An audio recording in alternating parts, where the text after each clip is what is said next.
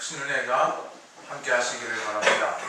특별히 오늘도 이 말씀 가운데 우리 하나님께서 지혜를 주시고 말씀을 통해서 은혜 주시고 하나님의 축복이 함께 하시기를 바랍니다. 오늘은 천국에서는 누가 큽니까? 라는 제목으로 말씀을 전하겠습니다. 오늘 어린이 주일입니다. 그런데 저는 오늘 어린이에 관한 말씀을 드리려고 하는 것은 아닙니다. 성경에 보면 어린이에 관한 부분들이 많이 나오는데요. 어떤 면에서는 긍정적인 측면으로 또 어떤 부분에서는 부정적인 측면으로 어린이를 비유해서 사용하는 경우들이 있습니다. 그 중에도 우리가 제일 잘 기억하는 것은 오늘 본문에서 보았던 말씀, 너희가 어린이와 같이 되지 아니하면 결단코 천국에 들어가지 못하리라. 우리 대부분은 이 말씀을 잘 기억하고 있습니다. 그래서 교회학교 선생님들이나 또 교회학교 교역자들이 보통 그 아동부, 중고등부 이런 문제로 항의할 때 이 성경 구절을 매번 쓰시더라고요. 왜 우리 교회는 아동부에 대해서 지원을 해주지 않습니까? 이런 말 할 때 꼭 하시는 말이, 성경에도 보면 어린이같이 되지 않으면 천국 못 간다는데 왜 우리 교회는 아동부에 이렇게 투자를 안 해줍니까? 이런 말 할 때 이 성경 구절을 제가 많이 쓰는 것을 아주 많이 들었습니다. 예수님은 어린이같이 되라 그렇게 말씀을 하셨는데 과연 이것이 무슨 뜻인가 우리가 곰곰이 생각해 볼 필요가 있습니다. 사도 바울은 고린도전서에서 어린이를 꼭 좋게만 비유한 것은 또 아닙니다. 고린도전서를 보면 바울은 아직 영적이지 못한 성도들을 가리켜서 젖먹이라고 했습니다. 고린도 교인들을 향해서 너희는 젖먹이다, 어린이다. 그래서 내가 밥으로 먹이지 못하고 젖으로 먹였다. 그렇게 이야기합니다. 성경을 보면 이렇게 어린이를 좋은 면으로 또 나쁜 면으로 그렇게 비유한 경우들이 골고루 존재하는 겁니다. 그렇기 때문에 우리가 아이들은 무조건 선하다, 무조건 때묻지 않은 존재다, 예수님은 때묻지 않은 어린이는 무조건 천국을 받아들이신다, 이렇게만 생각해서는 안 될 겁니다. 만약에 어린아이의 순수함과 때묻지 않은 모습이 천국에 들어갈 조건이 된다면 우리가 아는 복음과도 이건 좀 다른 겁니다. 복음은 죄를 지은 죄인을 예수 믿는 믿음 안에서 용서하신다는 것이 복음인데, 아이들처럼 기본적으로 순수하고 천진하면은 천국에 갈 수 있다. 그럼 예수님 필요 없겠죠. 그냥 태어난 자체로 아이 그대로 때묻지 않고 그대로 놔두면 될 겁니다. 그렇기 때문에 우리가 이 말씀을 잘 이해해야 되는 것입니다. 또 만약에 천진함과 순수함만 있으면 천국 간다면 천국 갈 수 있는 때는 아이 때밖에 없을 겁니다. 어른 되면 다 천국 못 가겠죠. 그리고 만약 아이들의 순수함, 천진함 때문에 천국 간다면 우리는 예수님이 필요 없는 겁니다. 사람의 그 타고난 천진성 그대로 가지고 있으면 되는 거니까 이 말씀을 우리가 잘 이해하고 받아들여야 되는 겁니다.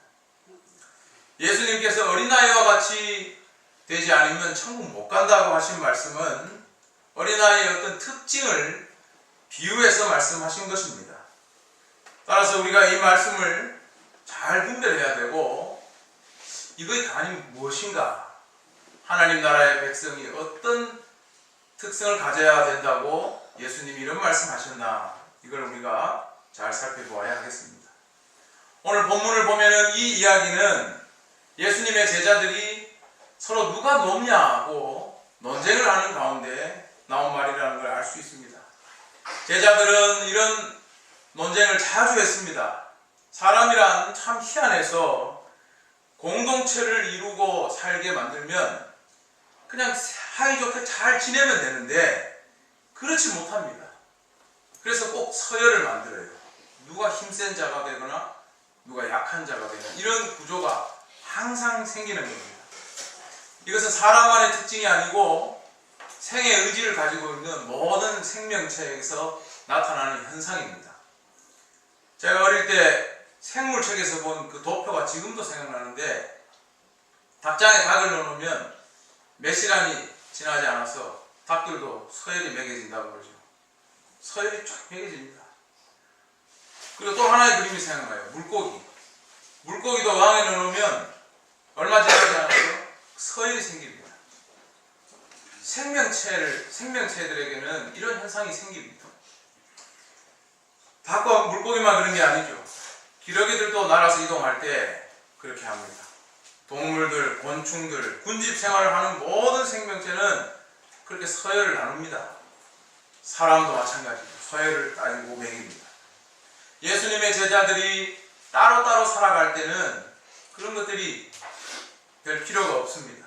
각자 물고기 잡는 어부로 살 때, 세금 걷는 세리로 살 때, 그때는 자기 직업 활동을 열심히 하면 그만입니다. 그런데 예수님을 따라다니면서 공동체를 이루게 되니까 문제가 생긴 겁니다. 하루 종일 이 단체 생활을 하게 되면 어떤 문제들이 생기겠습니까? 밥도 먹어야 되는데 각자 자기 거 먹을 수 없잖아요. 그러니 아마 이런 일이 생겼을 겁니다. 아, 오늘 점심은 베드로가 좀 챙겨.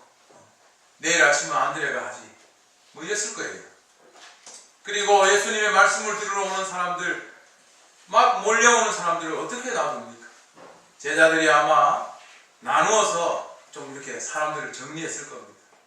아픈 사람들, 이 사람들 좀 정리하고 순번을 매겨주고 다 예수님의 제자들이 해야 되는 일입니다. 이 많은 일들, 뒤치다거리들, 자질구레한 일들, 이것들을 다 나누어서 해야 되는 것들이 바로 그 제자들의 몫이었습니다. 결국 이런 일들을 나눠 하려고 하다 보면 능률적으로 하기 위해 서열이 매겨지죠. 누군가 지시하는 사람이 생기고 그걸 맡아서 하는 일이 생깁니다. 군대 같으면 그렇습니다. 짬밥 순으로 합니다. 병장 되면 좀 편한 일 하고 신참 들어오면 어려운 일 하고, 회사에도 경력 오래된 사람은 아무래도 자리에 앉아서 조금 편하게 하고, 새로 들어온 신입사원은 커피 타고 막 뛰어다니면서 복사하고, 그런 것들이 보통 세상살이입니다. 예수님의 제자 그룹에도 그런 일이 없었을 거라 생각되지 않습니다. 예수님의 제자들이라도 다르지 않았을 겁니다. 반드시 그렇게 서열이 매겨지고 일을 하게 되는 겁니다. 거기다가 예수님의 제자들이 예수님을 따를 때 이유 없이 따른 것이 아닙니다. 예수님께서 나를 따르라고 했을 때 예수님의 제자들은 모든 것을 버려두고 따라갔지만, 이들이 처음부터 굉장한 선교 열정을 가지고 전도에 대한 아주 뜨거운 믿음을 가지고 따라갔던 것이 아니라는 걸 우리가 잘 압니다. 이들은 나름대로 세상적인 성공도 생각했고 나중에 명예에 대해서도 생각을 하고 있었던 겁니다. 이들이 생각한 메시아 왕국은 실제로 어떤 나라를 이루겠다, 세우겠다, 그런 생각으로 발전해 있었습니다. 그렇기 때문에 나중에 세우게 될 그 메시아 나라에서 내가 어떤 역할을 맡게 될까, 이걸 항상 생각했던 겁니다. 그래서 누가 크냐, 이런 이야기들이 나온 겁니다. 그래서 예수님께 직접 물은 겁니다. 천국에서는 누가 큽니까? 우리가 천국이라고 그러면 맨 먼저 딱 떠오르는 것이 죽어서 가는 저 피안, 어딘지는 모르는 죽어서 가는 그 피안, 천국, 그걸 생각하는데, 제자들이 물었을 때 그걸 생각하고 물은 게 아닙니다. 헬라어로 바실레이아 투 데우, 하나님 나라에서 누가 큽니까? 이 질문은 제자들이 생각한 천국은 뭐냐 하면 이제 앞으로 예수님이 예루살렘에서 이루게 될 그 나라에서 누가 높은 자리를 차지하게 될 거냐, 그걸 물은 겁니다. 요즘 대선이 한창인데 정치하는 사람들의 생각이 다 똑같습니다. 정치하는 사람들의 최종 목표는 뭘까요? 다 대통령이에요. 정치하는 사람들의 최종 목적은 다 대통령입니다. 나 요 정도 할래, 이런 사람은 없어요. 권력 의지가 있는 사람들이 다 그 대선 캠프 이런 데 가서 열심히 하고 있는 것입니다. 정치를 배울 때 사람들은 어떤 의원 밑에, 어떤 관료 밑에 들어가서 비서를 통해서 비서부터 하면서 정치를 배우기 시작합니다. 그런데 그들의 목적은 다 조금이라도 높은 자리에 올라가는 겁니다.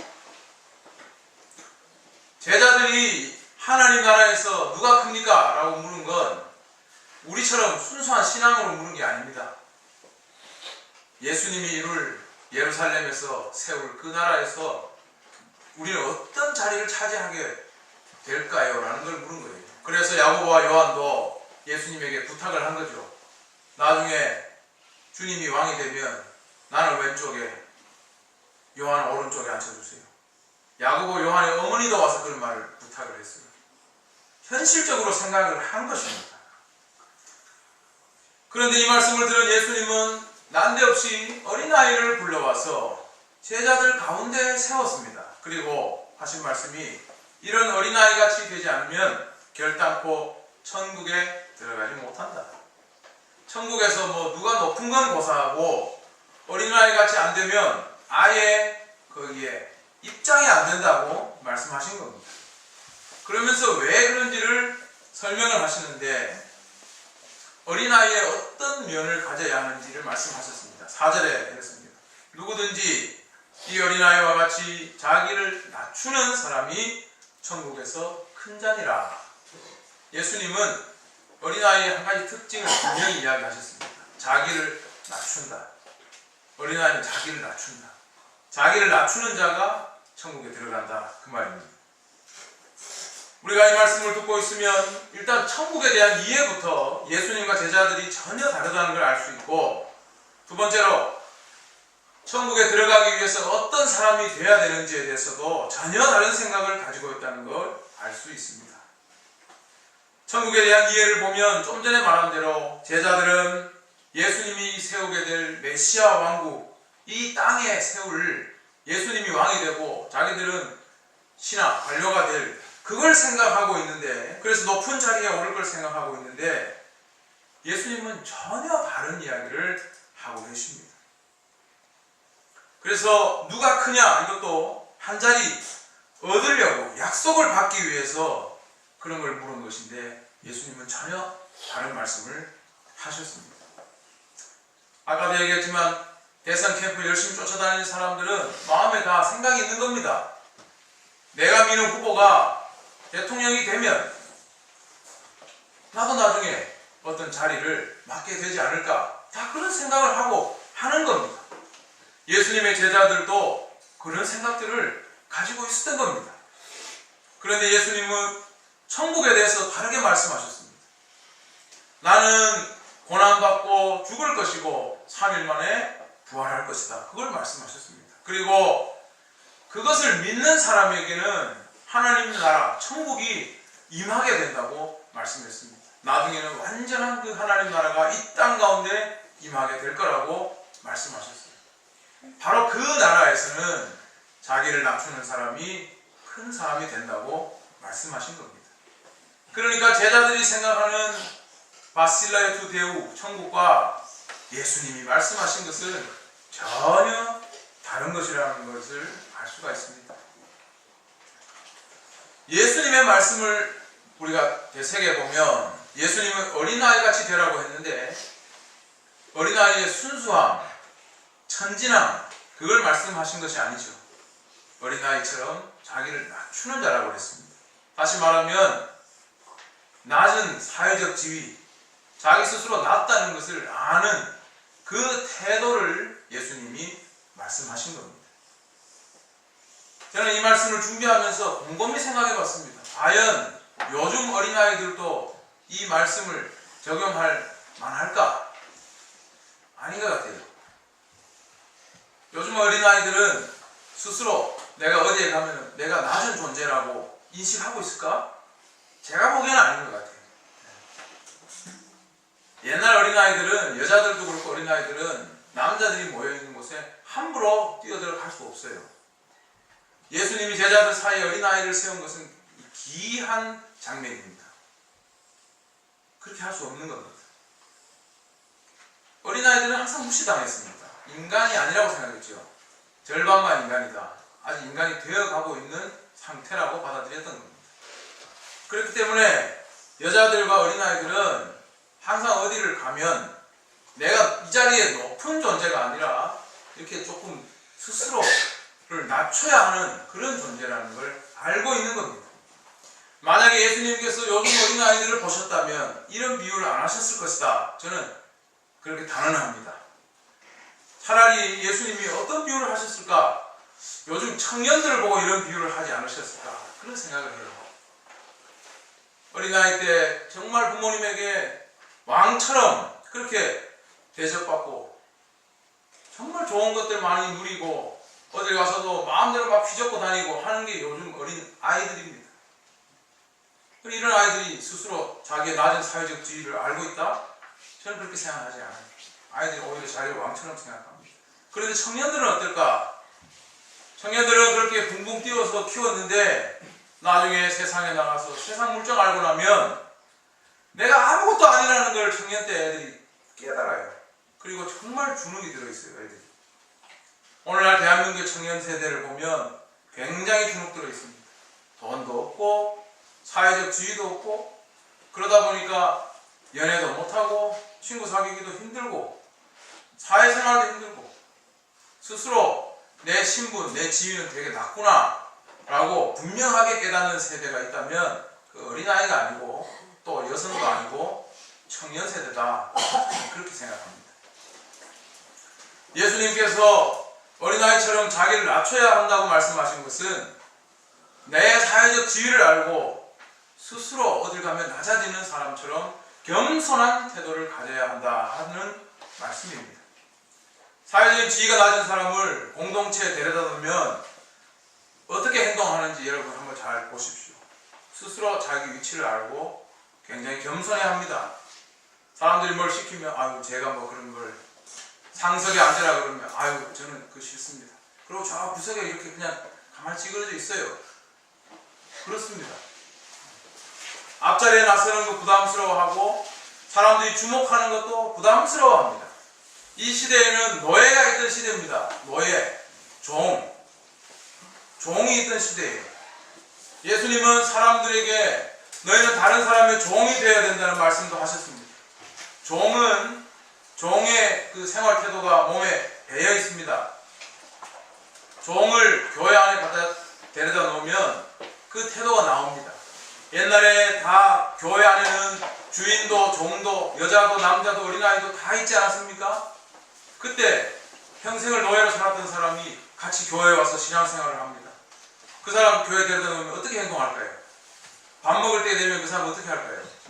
평소에 하던 대로 앉아서 이렇게 딱 밥을 받을까요? 아니죠. 평소에 내가 노예로 살았을 때 밥 때 되면 빨리 일어나서 뭐 이렇게 챙기던 습관이 남아있는 거죠. 그러니까 종으로 살던 사람은 사람들 모인 곳에 가면 누가 말하지 않아도 알아서 자기가 막 나누고 그걸 하는 겁니다. 예수님께서 어린아이처럼 자기를 낮춰야 한다고 말씀하신 것은 바로 이런 사람들을 두고 이야기하는 겁니다. 그런데 예수님이 왜 이런 말씀하셨을까? 제자들은 그런 생각을 안 하고 있었다는 말입니다. 제자들은 그런 생각을 안 하고 있었던 거예요. 종 같은 생각을 전혀 안 하고 있었던 거예요. 제자들은 오히려 어떤 생각을 하고 있었느냐, 이제 예수를 통해 예루살렘에 메시아의 나라가 서면 나도 이렇게 따라다녔으니까 어떤 자리를 얻게 될 거야, 이 생각만 하고 있었다는 거죠. 그렇기 때문에 예수님이 이런 말씀을 하신 것입니다.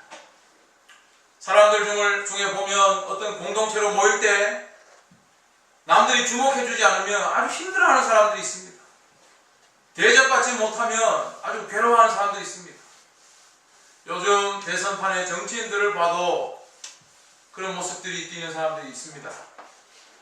각 정당의 캠프에서 유명한 정치인들을 섭외해서 자기 캠프에 데려올 때 어떤 중견 정치인들은 아예 처음부터 요구를 하고 들어갑니다. 아, 나를 필요로 하느냐? 내가 너희 캠프에 들어가겠다. 그 대신 나에게 모든 권한을 줘야 된다. 평생을 유명 정치인으로 살다 보니까 어디에 가든지 내가 대장이 돼야 된다. 이런 생각을 하고 있는 정치인들이 굉장히 많습니다. 예수님께서 제자들에게 하신 말씀은 제자들의 그룹, 하나님을 믿는 이 하나님 나라의 백성들은 세상 사람들처럼 이래서는 안 된다는 걸 말씀하신 겁니다. 어딜 가면 종들이 알아서 막 하는 것처럼 그런 태도를 가지고 겸손하게 있어야 된다 하는 것이 예수님의 말씀입니다.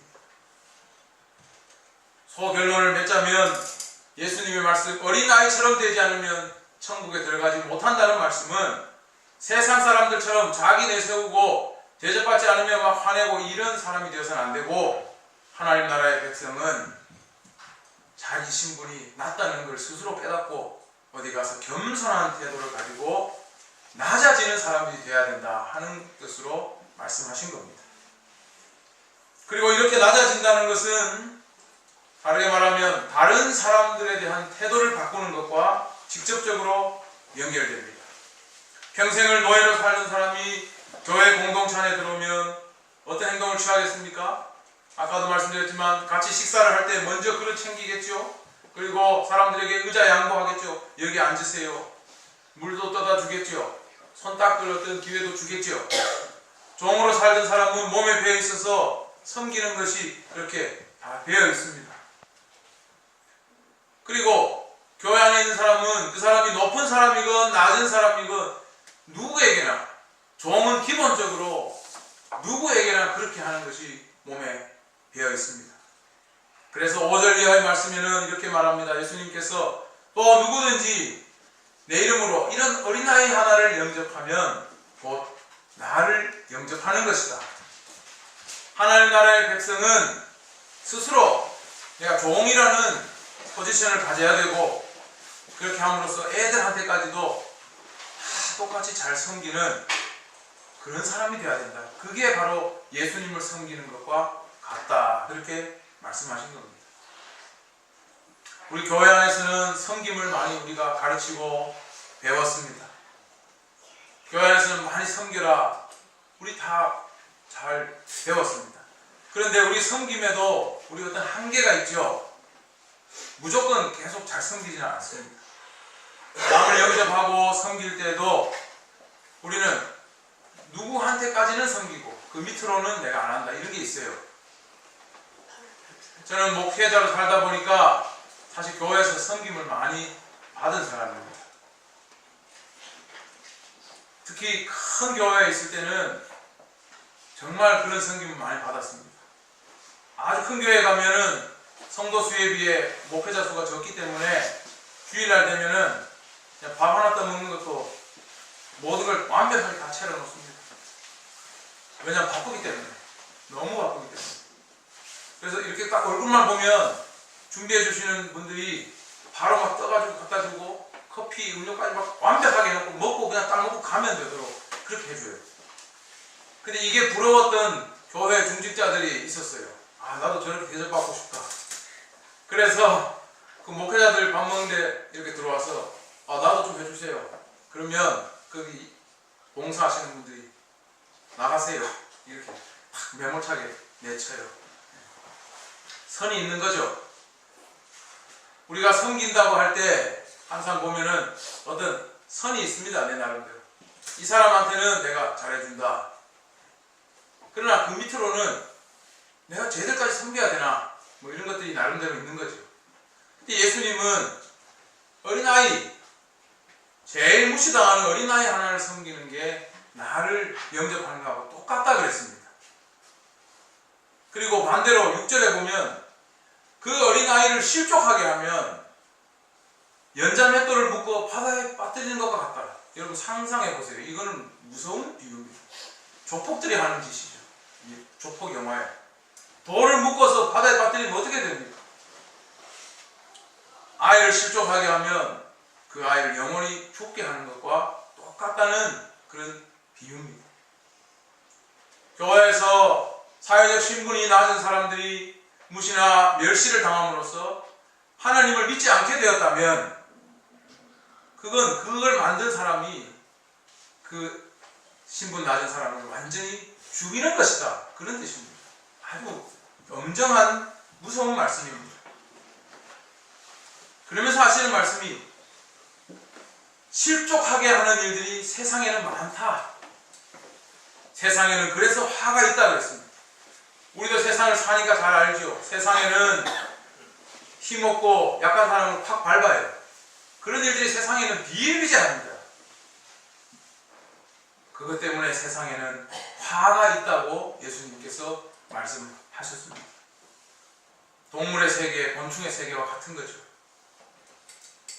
약한 거, 낮은 거, 이거 확 밟아버리고 무시해버리는 일들이 세상에는 당연하게 많은 겁니다. 그리고 그것 때문에 세상에 화가 있다고 예수님은 말씀하셨습니다. 그러나 하나님의 자녀들은 어떻게 해야 되느냐? 세상의 그런 동물적인 본능으로 살아간다면 하나님의 자녀들은 그것과 달라야 한다는 것을 말씀하신 겁니다. 여러분 상상을 해보세요. 다 큰 어른들이 빙 둘러선 자리에 그 어린아이를 중간에 데려다 놨습니다. 이 장면을 우리가 상상을 해보면 아주 이건 이례적인 장면입니다. 그걸 주님께서 연출하신 것입니다. 어디 어른들 오는데 애들이 와서 중간에 스포트라이트를 받을 수 있습니까? 말도 안 되는 거죠. 예수님께서 그런데 그런 장면을 연출하신 겁니다. 그리고 이런 어린아이같이 하나님의 백성들은 우리끼리 있을 때만이라도 이런 어린아이와 같이 겸손해야 된다. 이런 어린아이 하나를 잘 영접해야 된다. 그게 나를 영접하는 것이다. 그렇게 말씀하신 겁니다. 제자들도 예수님에게는 얼마나 잘 영접했겠습니까? 서로 자기들끼리는 견제하더라도 예수님한테는 정말 잘했겠죠. 그래야 나중에 더 좋은 자리 얻을 수 있으니까. 그런데 예수님 말씀은 이 어린아이 하나를 잘 영접하는 게 나한테 잘하는 것이다. 그렇게 말씀하신 것입니다. 오늘 이 말씀을 이제 정리합니다. 우리는 이 말씀을 너무 잘 알고 있습니다. 자기를 낮춰야 된다. 어린아이 하나도 예수님 보듯이 잘 영접해야 된다. 그런데 우리가 잘 못합니다. 왜 못합니까? 믿음이 없어서 잘 못합니다. 만약에 예수님 말씀대로 했을 때 만약에 내가 이렇게 했는데 내게 이익이 아니라 손해가 온다면 어떻게 하지? 라는 생각이 들기 때문에 우리가 말씀대로 잘 못합니다. 내가 이 낮은 사람들처럼 종들처럼 행하면 사람들이 나를 대놓고 무시하면 어떡하나? 이런 생각을 합니다. 내가 만약에 겸손하게 대했을 때 내가 가지고 있는 당연한 권리도 하나도 못 받으면 어떻게 하나? 이런 생각합니다. 내가 저 낮은 사람들과 잘 어울릴 때 사람들이 나를 저 사람들과 한 부류로 보면 어떡하나? 이런 생각해요. 그래서 어떻게든지 잘난 사람들과 어울리려고 하고 어떻게든지 내 권리가 있으면 막 당당하게 말하고 이게 우리 모습입니다. 부끄럽지만.